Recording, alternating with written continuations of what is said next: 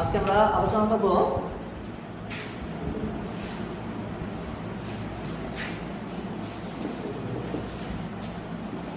Tag question. শুরুতে আমরা একটু জানি না যে ট্যাগ কোশ্চেন কি। ট্যাগ কোশ্চেন হচ্ছে যে কোনো একটি কাজ বা একটি সেন্টেন্স বক্তা শ্রোতাকে জিজ্ঞেস করবে বা শ্রোতা বক্তাকে জিজ্ঞেস করবে এই কাজটি সে করতে রাজি কিনা। বক্তা শ্রোতাকে জিজ্ঞেস করবে সেই কাজটি করতে রাজি কিনা।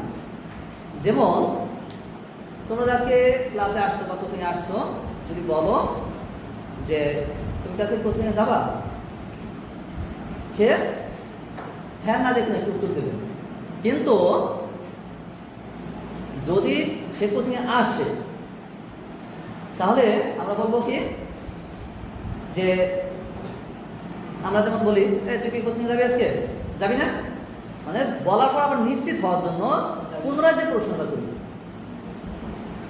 মানে একটা কথা নিশ্চিত হওয়ার জন্য পুনরায় যে প্রশ্নটা করি সেটা কি ট্যাগ কোশ্চেন। যেমন যদি আমরা বলি যে she is a student, he is a student, তো এইটা আমরা বলবো কি ইজানটি, মানে he is a student, সে একজন ছাত্র। আবার পরবর্তীতে আবার প্রশ্ন করলাম কি ইজানটি, সে কি ছাত্র না? এটা কেন বলেছে, কি কেন ওইটা পরে আসছে যে এই যে তোমরা এইটুকু হচ্ছে ট্যাগ কোশ্চেন, মানে এইটুকু হচ্ছে আমাদের মূল সেন্টেন্স, এটা কি মূল সেন্টেন্স, আর এইটুকু হচ্ছে ট্যাগ কোশ্চেন। এখন এই ট্যাগ কোশ্চেনগুলো আমরা কিভাবে নির্ধারণ করব এই বিষয়টা নিয়ে আজকে আলোচনা করব যে ট্যাগ কোশ্চেনটা আমরা করব কিভাবে। এটা আমাদের পরীক্ষায় 9 নম্বর অপশনে আসবে। তো 9 নম্বরে মার্ক থাকবে 5, 5টা সেন্টেন্স আসবে, আমাদের 5টার উত্তর দিতে হবে, মার্ক থাকবে 5। তো যদি একটু আমরা এটা খেয়াল করি তাহলে 5-এ 5 পাওয়া সম্ভব, একও কাটা যাবে না। তো কিভাবে, এর জন্য আমাদের প্রথমে অবজেক্ট ভার্ব এবং প্রিন্সিপাল ভার্ব এই দুটো চিনতে হবে। চিনতে হবে দুটো বিষয়, একটা হচ্ছে অর্থাৎ ফুল ভার্বটা আমাদের চিনতে হবে। ভার্ব আমরা জানি একটা হচ্ছে প্রিন্সিপাল ভার্ব, একটা হচ্ছে প্রিন্সিপাল ভার্ব,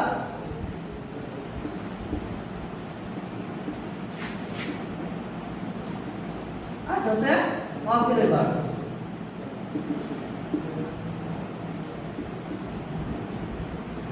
এখন এই দুইটা ভার্বে আমাদের ক্লিয়ার, মানে সম্পূর্ণ ধারণা থাকতে হবে এই দুটো ভার্ব সম্পর্কে, যে এটা কোনটা প্রিন্সিপাল ভার্ব আর কোনটা অক্সিলারি ভার্ব।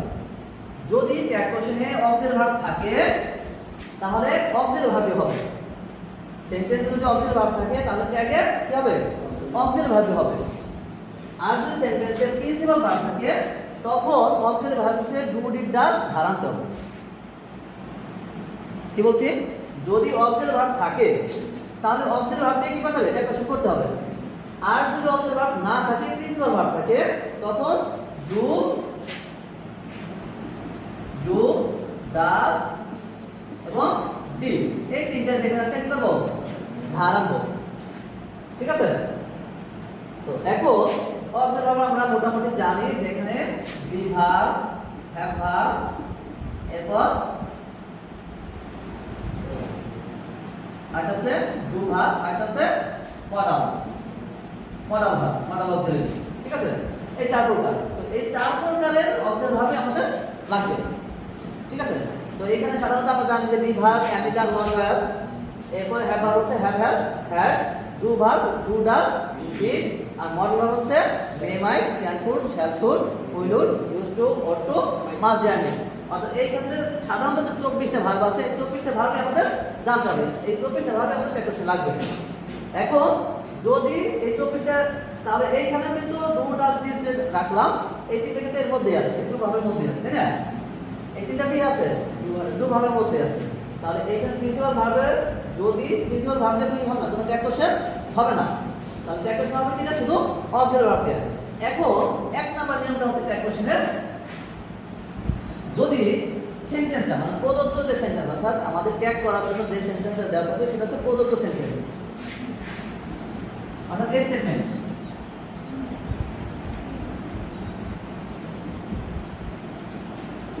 স্টেটমেন্ট এইখানে একটা হলো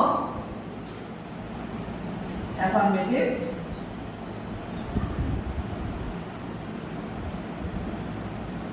আর হচ্ছে নেগেটিভ। অ্যাফার্মেটিভ আর নেগেটিভ এই দুটো আমরা চিনি নাকি? হ্যাঁ বলতে পার, না বলতে। এখন স্টেটমেন্ট যদি অ্যাফার্মেটিভ হয় ট্যাগ হবে নেগেটিভ, ট্যাগ নেগেটিভ। আর স্টেটমেন্ট যদি নেগেটিভ হয় ট্যাগ হবে অ্যাফার্মেটিভ।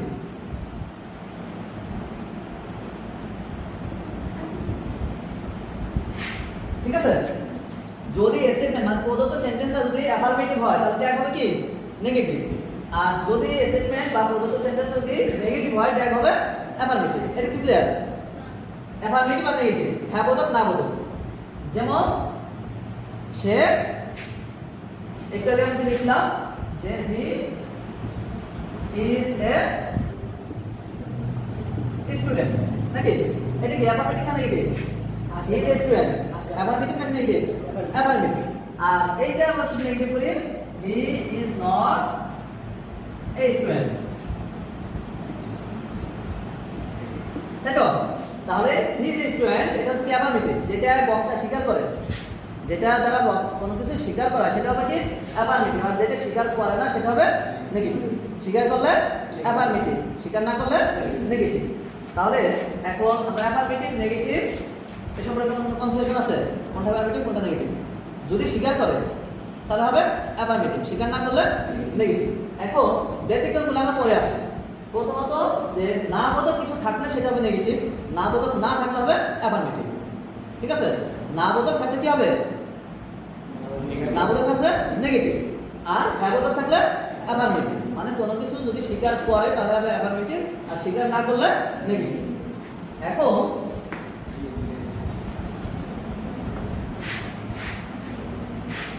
এই বিষয়টা আমরা একটু আসি যে অ্যাফার্মেটিভ এবং নেগেটিভ বিষয়টা।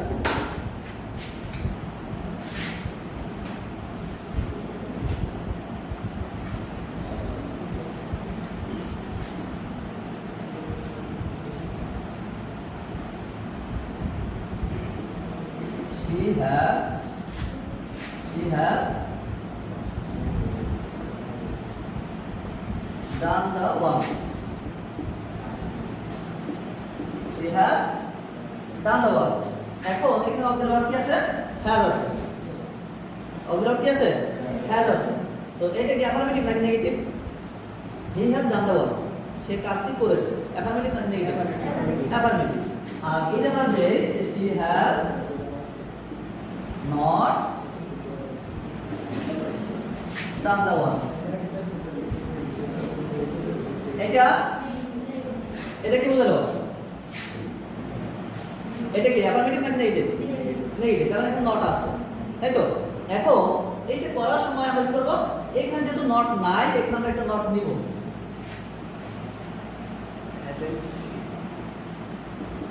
hasn't she। আর এখানে যেহেতু নট আছে এখানে আমরা নট নিব না, এখানে আমরা নিব শুধু has she। এটা ক্লিয়ার?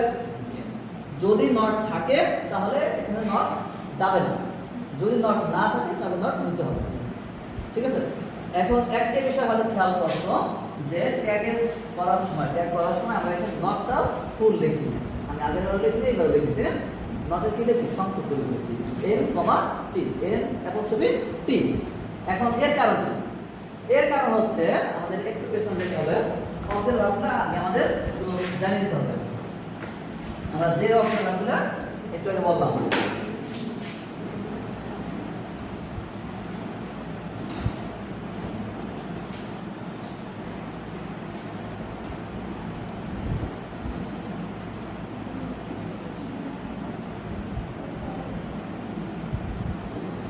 আচ্ছা যদি m থাকে, m থাকলে m নট এর কোনো মানে m এর যে নেগেটিভ ফর্ম সেটা হবে rm। m থাকলে কি হবে? rm থাকবে। m থাকলে rm, is থাকলে isn't। আর থাকলে আরেন, ওয়াজ থাকলে ওয়াজেন, ওয়ার থাকলে ওয়ারেন। ঠিক আছে? এরপর যদি ডু থাকে, ডু থাকলে ডন, যদি ডাস থাকে ডাজেন,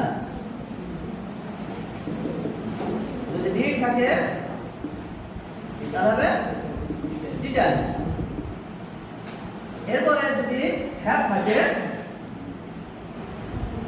হ্যাভ থাকলে হ্যাভেন, যদি হ্যাজ থাকে হ্যাজেন্ট। এরপর যদি হ্যাড থাকে হ্যাডেন্ট।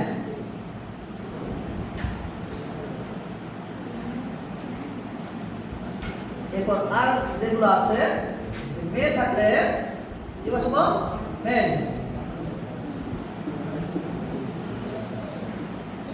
যদি মাইট থাকে, মাইট থাকলে মাইটেন।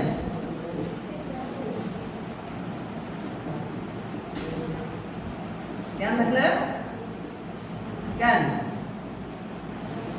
আচ্ছা, এখানে একটা বিষয় দেখো, যদি ক্যান থাকে, ক্যানের এখানে আমরা ক্যান নট এর জায়গায় ডবল এন দেব না, এখানে একটা এন দেব। তারপরে ফুড, ফুড থাকলে ফুডন,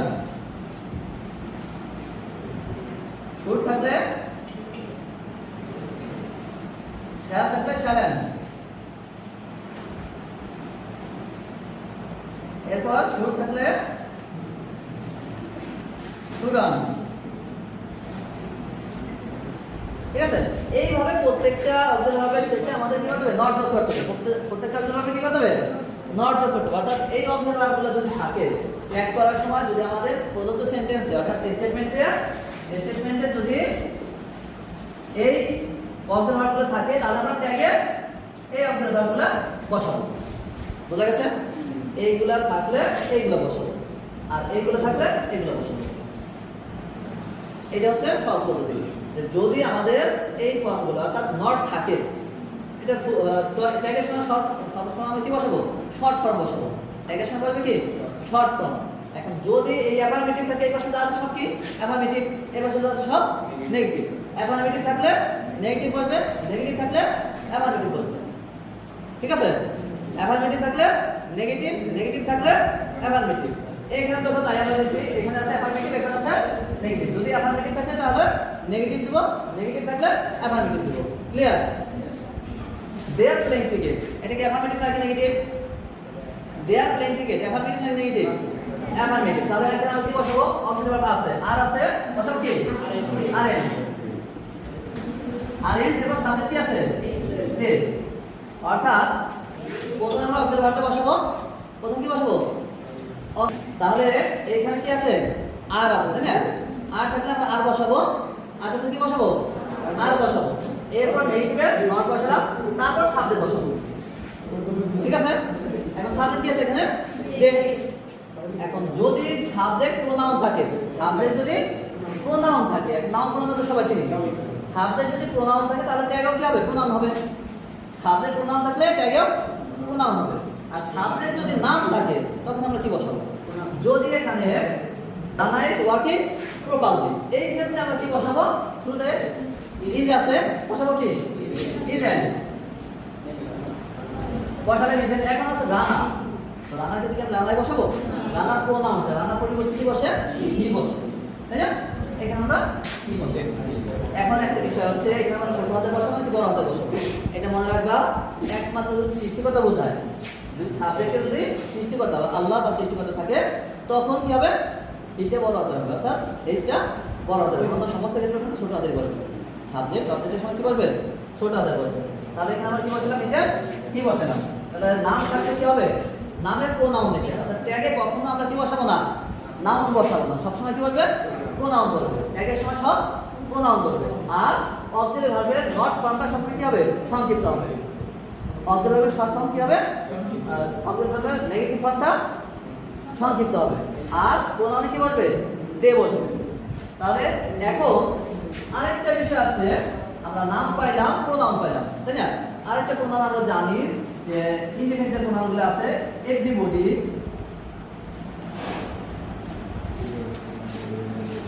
everybody,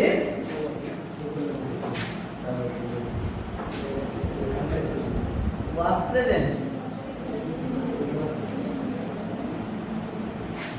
everybody was present in the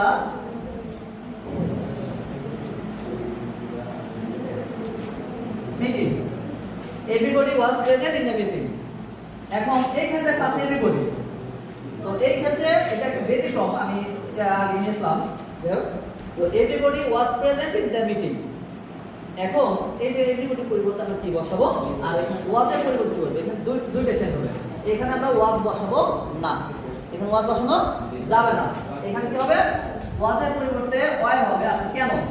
প্রথমত এভরিবডি বডি যুক্ত যা আছে, বডি যুক্ত যা আছে, এভরি বা বডি যুক্ত, এভরি থাকলে everyone, every student, every farmer, every father, every mother, এগুলো যা থাকে এভরি যুক্ত প্লাস বডি যুক্ত, নো বডি, এনিবডি, সামবডি, এগুলো যা থাকুক বডি যুক্ত অথবা এভরি যুক্ত যদি কিছু থাকে তখন কি হবে, দে হবে।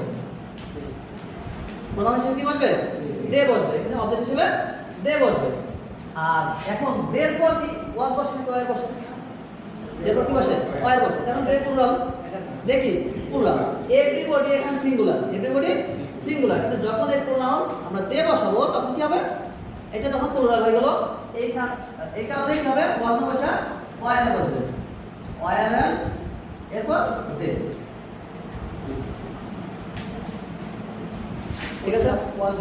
এখানে যে বিষয়গুলো আমাদের খেয়াল রাখতে হবে, প্রথমত ট্যাগ করার পরে আমরা ট্যাগের শর্ট ফর্মটা দেব, মানে অন্তর্ভাব দেব, নটের সংক্ষিপ্ত ফর্ম দেব, এরপরে সাবজেক্ট অবজেক্ট দেব নাকি, এরপরে একটা প্রশ্নবোধক চিহ্ন দেবো। কি দেবো?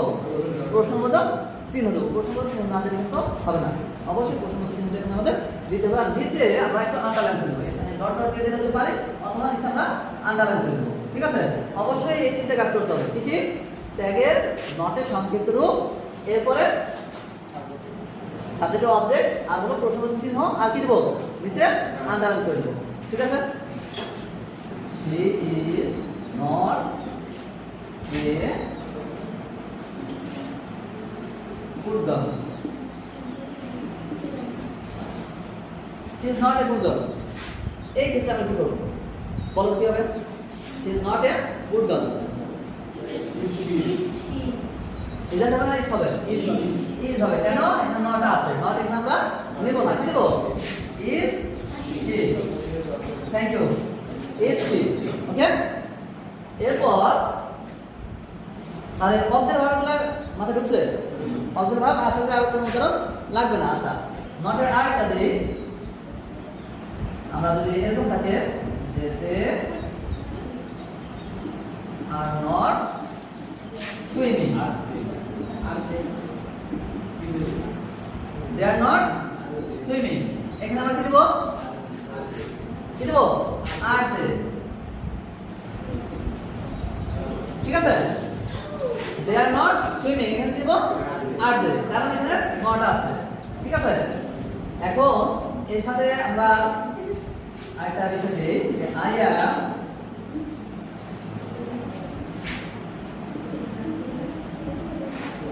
going to Dhaka.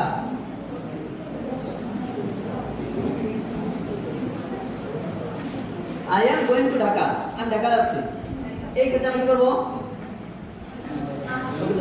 কি করবো? I am going to Dhaka, আর and I, many many thanks, আর এন্ড মনে আছে তাহলে নাকি, আর এন্ড আই, কারণ এখানে এম এন্ড আই হবে না, এম এন্ড আই এর মানে আর এন্ড এম এন্ড আই এর কোনো সংক্ষিপ্ত রূপ নাই, এম নটের সংক্ষিপ্ত রূপ কি হচ্ছে কি, আর এন্ড, এখানে এম নট বা এম এন্ড হবে না, কি হবে, আর এন্ড আই, ক্লিয়ার? আচ্ছা, এবার ফিউচার টেন্স একটা দেই, যদি থাকে যে হি উইল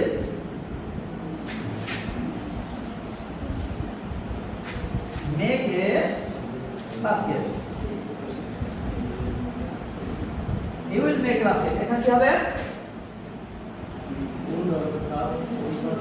বলে কি বসাবো um W O U sorry W N comma T on T on T এখানে উইল নটের সামনে রূপ হবে কি অন এখানে উইল বা উইল লেখা থাকবে নট লেখো না কি লেখো on W O N apostrophe T on T ঠিক আছে কিন্তু আর যেগুলো আছে মেন বা শ্যালেন্ট এগুলো সবই কি হবে শ্যালের পরে এন কমা টি কিন্তু একমাত্র উইলের ক্ষেত্রে কি হবে অন হবে উইলের ক্ষেত্রে অন হবে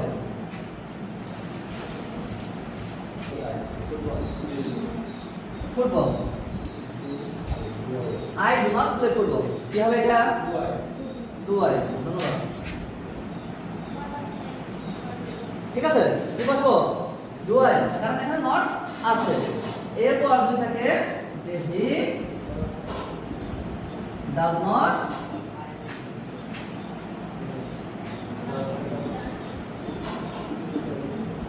রিডিং এ বুক কি দেব ডাজ হি ঠিক আছে যেহেতু নট আছে নট উঠে যাবে ওকে এখন এরকম যতটা আছে তো অবজেক্ট ভার্ব গুলো নিয়ে আর কোনো সমস্যা নেই নাকি অবজেক্ট ভার্ব নিয়ে সমস্যা আছে আচ্ছা এবার আমরা একটু ব্যতিক্রমে যাই যেমন there is a little water in the pond there is a little water in the pond এটা কি হবে আচ্ছা is an এটা হওয়ার কথা তাই না নিয়ম অনুসারে এটা হওয়ার কথা কিন্তু এটা হবে না কেন হবে না এ লিটল এর কারণে লিটল হার্ডলি এরপর সেলডম স্ক্যাসলি এগুলো থাকলে কি হবে না নট হবে না এ লিটল হার্ডলি স্ক্যাসলি আর একটা হলো সেলডম এগুলো থাকলে কি হবে না নট বলবে না এখানে নটটা বলবে যাবে শুধু ইজ দেয়া বলবে ক্লিয়ার এরকম কিছু ব্যতিক্রম অর্থাৎ চার পাঁচটা ব্যতিক্রম আছে যেগুলো এই সকল ওয়ার্ড কি এ লিটল তারপর হার্ডলি তারপর স্ক্যাসলি এবার সেলডম এগুলো থাকলে কি হবে না এগুলো থাকলে নেগেটিভ হবে না নেগেটিভ হবে না ঠিক আছে এইগুলো যদি থাকে কোনো সেন্টেন্সে তাহলে আমরা কি বসাবো না নট বসাবো না এখন আসি আমরা মূল ভার্বের ক্ষেত্রে যদি অবজেক্ট ভার্ব না থাকে তখন আমরা কি করব they work in the field এখানে কোনো অবজেক্ট ভার্ব আছে নাই তো অবজেক্ট ভার্ব যদি না থাকে আমরা কি আনতে চাইছিলাম ডু ডিড ডাজ আনতে চাইছিলাম তাই না ধারা দিতে হবে তো এখন সেন্টেন্সের কোন টেন্সে আছে আচ্ছা ডু ডাজ ডিড তো মনে রাখতে হবে যে এটা হচ্ছে প্রেজেন্ট টেন্স এটা প্রেজেন্ট আর ডিড হচ্ছে পাস্ট এটা প্রেজেন্ট এটা পাস্ট তাহলে they work in the field এটা কোন টেন্সে আছে প্রেজেন্ট টেন্সে আচ্ছা যেহেতু এখানে এস বাই এস নাই অর্থাৎ থার্ড পারসন সিঙ্গুলার নাম্বার এখানে নাই যদি থার্ড পারসন সিঙ্গুলার থাকে তাহলে আমরা ডাজ বসাবো নাকি থার্ড পারসন সিঙ্গুলার হলে কি বসাবো ডাজ বসাবো অন্য সমস্ত ক্ষেত্রে ডু বসাবো ক্লিয়ার যদি একমাত্র থার্ড পারসন সিঙ্গুলার হয় তাহলে কি বসাবো ডাজ বসাবো আর অন্য সমস্ত ক্ষেত্রে ডু বসাবো এখন যেহেতু এটা অ্যাফার্মেটিভ যদি নেগেটিভ থাকে তাহলে তো অবজেক্ট ভার্ব চলে আসবে মূল ভার্ব যেগুলো আছে নেগেটিভ বসালে অবজেক্ট ভার্ব ছাড়া নেগেটিভ হবে না নাকি তো যদি আমরা অবজেক্ট ভার্ব বসাই তখন তো এটা পাবো আর যেখানে অ্যাফার্মেটিভ আছে সকল ক্ষেত্রে আমাদের don't didn't doesn't don't didn't doesn't এই তিনটা থেকে একটা বসবে তাহলে এখানে যেহেতু আছে এখানে প্রেজেন্ট টেন্স আছে তাহলে আমরা কি বসাবো ডন্ট বসাবো কি বসাবো ডন্ট এরপর সাবজেক্ট আছে দে ঠিক আছে সাবজেক্ট আমরা দে বসাবো ডন্ট দে আচ্ছা যদি এখানে আই থাকে যে I walk slowly I walk slowly কি বসাবো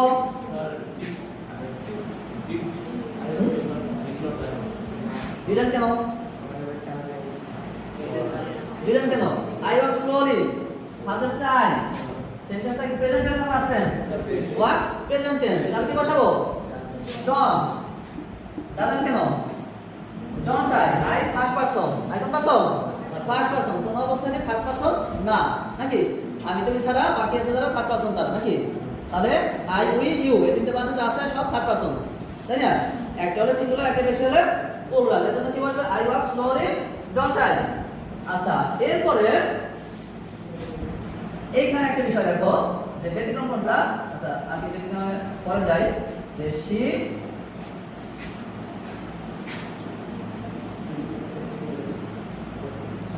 runs fast, she runs fast। এই ক্ষেত্রে আমরা কি বসাবো? doesn't she, doesn't she। আচ্ছা, তাহলে আমরা ফার্স্ট পারসন সেকেন্ড পারসন দেখে। আচ্ছা, ইউ তুমি তাকে সাহায্য করেছিলে, এটা আমরা কি দিলাম? পাস্ট টেন্স দিলাম, তাই না? You help him. এই ক্ষেত্রে আমরা কি বসাবো? ডিডন্ট ইউ, ডিডন্ট ইউ বসাবো। আচ্ছা, এখন এইগুলো গেল। ব্যতিক্রম যেটা আছে দেখো, ব্যতিক্রম কোনটা? এভরিবডি। আচ্ছা, every student,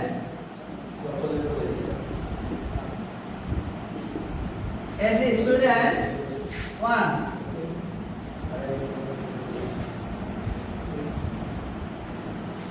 wants to make a good result।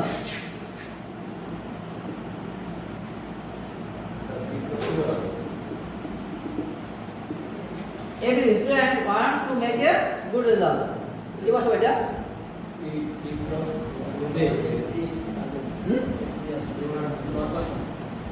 Every student wants to make a good result।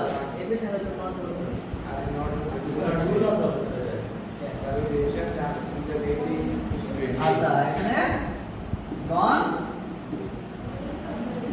দে বলবে, তাই না? এখানে ডাজেন্ট বসবে না, এখানে ডাজেন্ট বসবে না। হিসেবে দেখো, যদি এইরকম থাকতো যে হি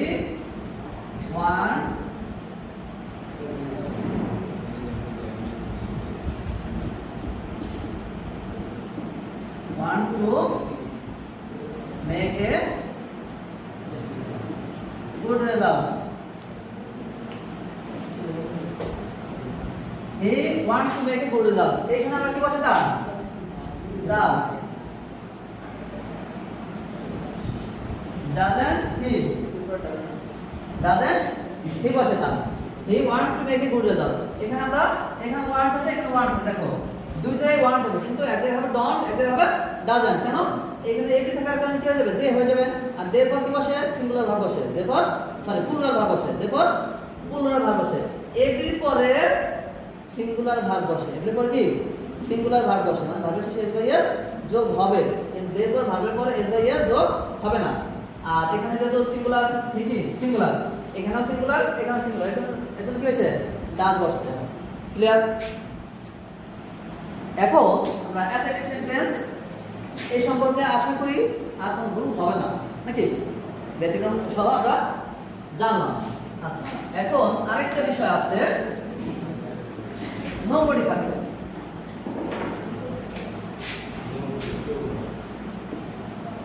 নোবডি believes a liar। এই ক্ষেত্রে আমরা কি বলবো? নোবডি ট্রুতে বলবে, এখানে ডন্টে বলবে না। কেন? কে বলবে? নোবডির কারণে। কিসের কারণে? নোবডির কারণে। কারণ মুরগি একটা জবাই কবে করবো? একবারই জবাই করবো, নাকি? আবার জবাই পুরো না। যদি এখানে অ্যাফার্মেটিভ সাবজেক্ট থাকে তাহলে আমরা নেগেটিভ বসাবো, যদি নেগেটিভ সাবজেক্ট থাকে তাহলে অ্যাফার্মেটিভ বসাবো। ক্লিয়ার? আচ্ছা, এবার আসি যে যদি ইম্পেরেটিভ সেন্টেন্স থাকে, ইম্পেরেটিভ সেন্টেন্সের ক্ষেত্রে যেমন ওপেন দ্য ডোর,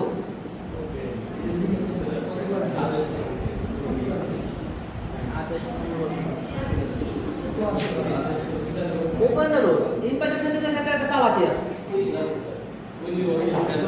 ইম্পারেটিভ সেন্টেন্সে একটা চালাকি আছে চোখ বুঝে আমরা কি বসাবো উইল এখানে নিয়মটা হচ্ছে যদি শ্রোতাকে জোর দিয়ে বোঝায় সেন্টেন্সটা দ্বারা যদি জোর দিয়ে বোঝায় তখন হবে অন ডিউ আর যদি জোর না দেয় নরমালি বোঝায় তাহলে কি হবে উইল হবে ঠিক আছে যদি জোর দিয়ে বোঝায় তাহলে অন ডিউ হবে আর জোর না দিয়ে বোঝালে কি হবে উইল এখন জোর ওপেন দা ডোর জোর দিয়ে বুঝেছে নাকি না জোর দিয়ে বুঝেছে বোঝার কোনো উপায় আছে আমরা ধরে নিলাম যেটা জোর দিয়ে বোঝালে নরমালি বলছে তো এই ক্ষেত্রে আমরা সবসময় কি বসাবো ইম্পিটিভ থাকলে উইলে বসে দেবো ঠিক আছে আচ্ছা এখন যদি লেটস গো থাকে লেটস গো থাকলে কি বলবে শ্যাল উই লেটস গো থাকলে কি বসাবো শ্যাল উই তখন দেখা দেখি তখন নিয়মের দিকে যাওয়া লাগবে না সোজা লেটস গো থাকলে কি বসাবো শ্যাল উই বসাবো আচ্ছা লেট হিম থাকলে let him to the wall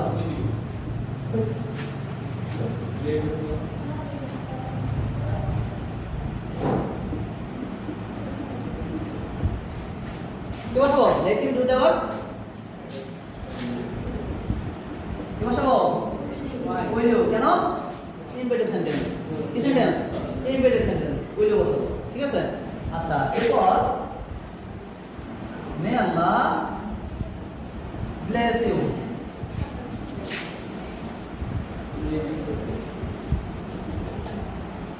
May Allah bless you কি বসাবো আল্লাহ তোমার সহায় হন নাকি না না কমপ্লিট সেন্টেন্স মে আছে আচ্ছা মেটা এখানে অবজেক্ট ভার্ব না মে আল্লাহ ব্লেস ইউ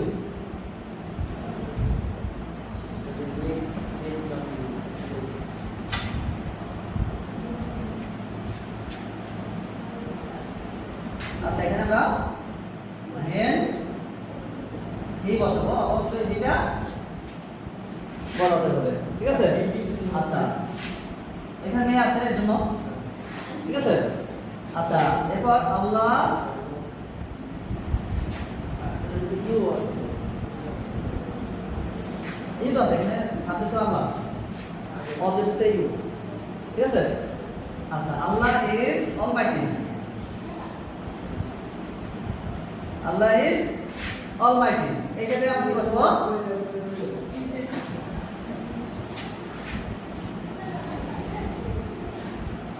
ইজেন হি কি বলবো ইজেন হি ঠিক আছে আচ্ছা তাহলে বুঝতে কোনো সমস্যা আছে কে কথা বোঝা নাই প্রথমে আমরা কি জানলাম যে চিন্তা ভাবনা দুটো জিনিস কি কি সেন্টেন্সটা কি অবজেক্ট ভাব দিয়ে তৈরি নাকি মেইন ভাব দিয়ে প্রিন্সিপাল ভাব দিয়ে তৈরি তাই না এরপরে সেন্টেন্সটা কি অ্যাফার্মেটিভ আছে নাকি নেগেটিভ আছে নাকি এগুলো হচ্ছে অ্যাসার্টিভ সেন্টেন্সের ক্ষেত্রে তারপর সাবজেক্ট সাবজেক্ট যদি থার্ড পারসন সিঙ্গুলার নাম্বার হয় তাহলে আমরা ডাজ বসাবো নাকি আর যদি সিঙ্গুলার নাম্বার না হয় প্লুরাল হয় তাহলে আমরা ডু বসাবো তাই তো এরপরে যদি ইমিডিয়েট সেন্টেন্স থাকে তাহলে আমরা উইল ইউ বসাবো যদি লেটস থাকে লেটের পর যদি আস থাকে লেটের পর যদি আস থাকে সেক্ষেত্রে আমরা শ্যাল ইউ বসাবো লেটের পর আস থাকলে কি বসাবো শ্যাল ইউ বসাবো এরপর লেটের পর হিম বা লেটের পর আই এগুলো যাই দিব উইল ইউ বসাবো ঠিক আছে আর আল্লাহ থাকলে হিটা কি হবে বড় হতে হবে ক্লিয়ার টেকনিক কোন ঝামেলা আছে ভুল হবে এরপর বলো